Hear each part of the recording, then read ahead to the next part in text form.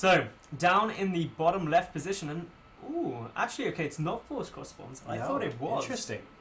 I thought they had to play on a forced cross spawn map, but anyway, down in the bottom left position, we do have the blue Protoss player from Team Fnatic. It's NightEnd. And his opponent spawning in the top left, the red Zerg, nearly making it work game 1, not quite though. It is XeNoN, who plays for Awesome Gaming. Alright, so they're going to be spawning not in cross positions, but in vertical positions, which is interesting here. NightEnd immediately sending a probe to the bottom right location. So, looks like he's definitely not scouting cross only, so I don't think there's too much of a problem here. And, yeah, XeNoN, though, he is sending his Overlord straight across to the middle of the map. I suppose this is also a decent thing to do, even when it's not cross only. Yeah. Because what you want to do is eliminate the possibility they're at the other end of the map, which means you know that their rush distance to you is shorter. And if that's the case, that might influence your strategy more than what specific position they're in. So at the moment we do just see that actually it's going to be a hatch first out of XeNoN, which is fine in this situation because it's a gateway expansion out of NightEnd. Yeah. If there was a forge there though, there would be cannons. And if there was cannons, there would be a sad Zerg. It's true. If they're cannons, there's just a lot of sad generally. Yeah. Not even Zergs, just anyone. Everyone's sad with cannons. Except Combat X. He's pretty happy. I don't know. I think even if you win with a cannon rush, you're always going to be a little bit sad still. Because you're going to be sitting there and you're like, I cannon rushed him. I guess that's a win. A win's a win. No way, man. I cannon rushed him. Yeah, baby! Let's do this! Let's do it again! You're one of those guys who 6 pulls and is happy about it, aren't you? Oh, yeah. Super happy. Win's a win's a win's a win. Alright, so the probe is going to be popping in here. You will see the spawning pool go down and spots the gas timing from our Zerg players. Well, in the meantime, not too much interesting going on. We see 2 probes in each gas, that double gas. Nothing too out of the ordinary at this moment in time. And it's going to be a gateway inside the main base, becoming more and more popular these days. The players, I think, of course, have discovered where each other is. No, actually. XeNoN's still going to take a little bit of time to find out that NightEnd is in the bottom left position. And this is a little bit problematic for him as well, because he doesn't actually know the spawn positions. And in that bottom left, you can put a Stargate, for example, right at the very north position of your main base's Protoss, and get a very quick rush distance up into the Zerg's main. Makes things like Oracle play incredibly potent if you want to. You can even proxy it as well, which is another slightly more risky strategy, but can be really effective too. So something that XeNoN does need to potentially look out for. But NightEnd, he's just expanding, everything going fairly standard on both sides. Yeah, I think very chilled out game, actually, it has to be said right now. NightEnd not really trying to press in the early game, just continuing to macro up and do his own thing.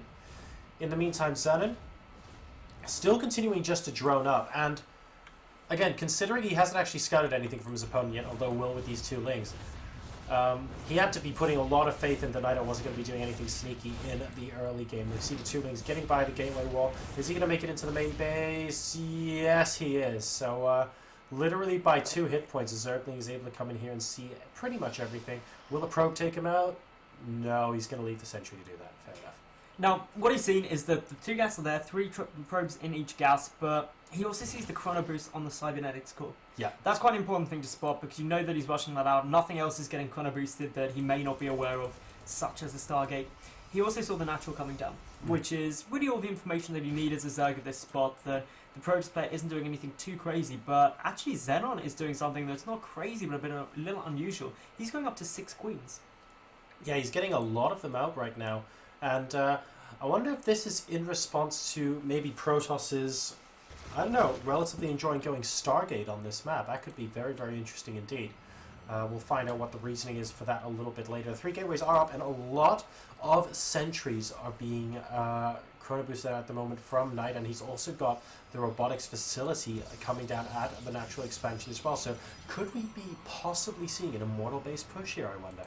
It's a good map to do it on, because as we mentioned, taking the 3rd isn't the easiest thing in the world, but the downside to going for an immortal sentry push for the Protoss is actually getting nice tight chokes to get force fields on can be difficult because of that really wide open 3rd base, but wow, it's not undoable. It's a queen party over here, man. Yeah, there's more queens coming out still. This is such like a safe style coming out from XeNoN. Notice that he already has a Spore Crawler at the front, so he's prepared for Stargate play because he's got that Spore Crawler and he's got all of these. He's prepared for DTs, like you said, because the positioning of that Spore Crawler is great. He's basically trying to be prepared against everything, but nothing really beats good scouting as well, because then you can just figure out exactly what your unit composition needs to be a long time before you actually need those units to come into play. Well, the push is going to be starting to come in here from NightEnd. It's not a massive commitment in terms of units, it's just a handful of gateway forces. Behind this, he's not getting an Immortal or anything out. He did get an Observer, I believe, but he's now just, one Observer, now it's going straight up into Colossi. He's just putting a little bit of pressure to see if the third's there, but XeNoN hasn't taken the third.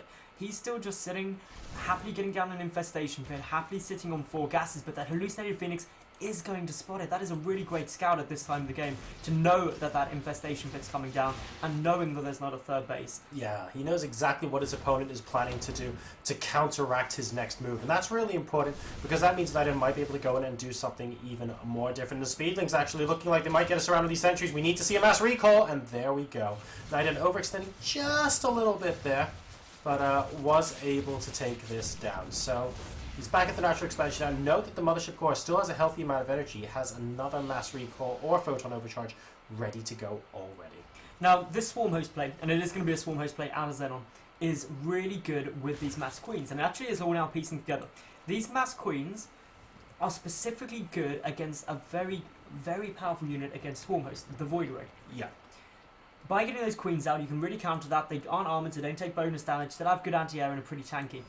All XeNoN wants to do is try and slowly close down that Vice-like grip, prevent the third base coming down from NightEnd, and if he can do that, actually he's going to be in a relatively solid spot.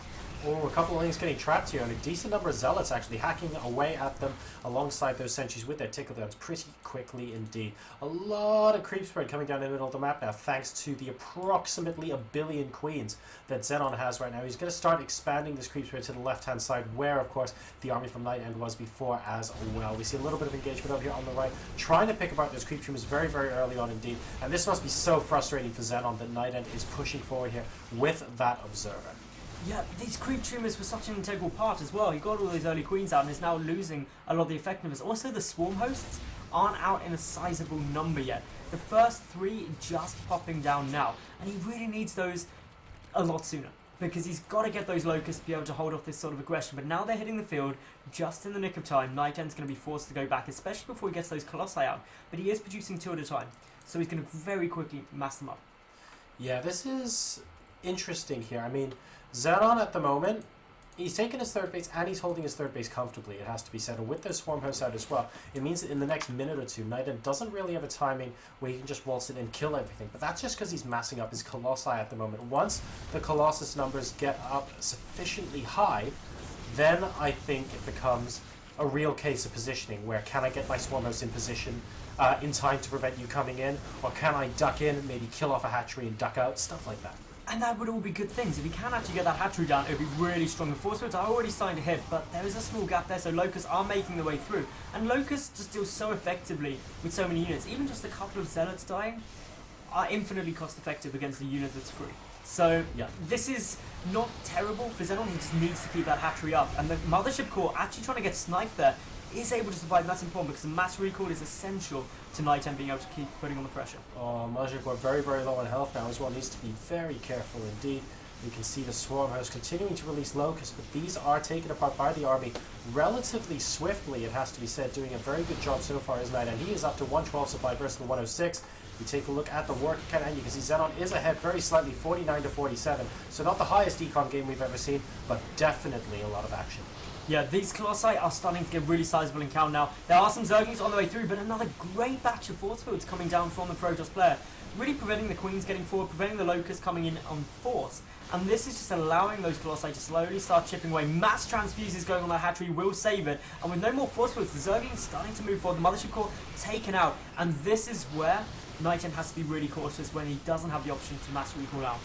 But a lot of those queens are actually going down, which means that yes, while the locusts are doing damage, there really isn't a ground army to back the locusts up anymore. And if we take a look, the number of Colossi out on the field right now, well, it says 7, but 6 of them are here, and it looks like that might actually be enough, because only locusts and lings are being produced right now, and those Colossi can kite them back and then come here and just pick off that hatchery, which is on 40 hit points right now, and easy peasy, no problem whatever. And that means he's only on 2 base. GG, NightEnd wins game number 2 and the series.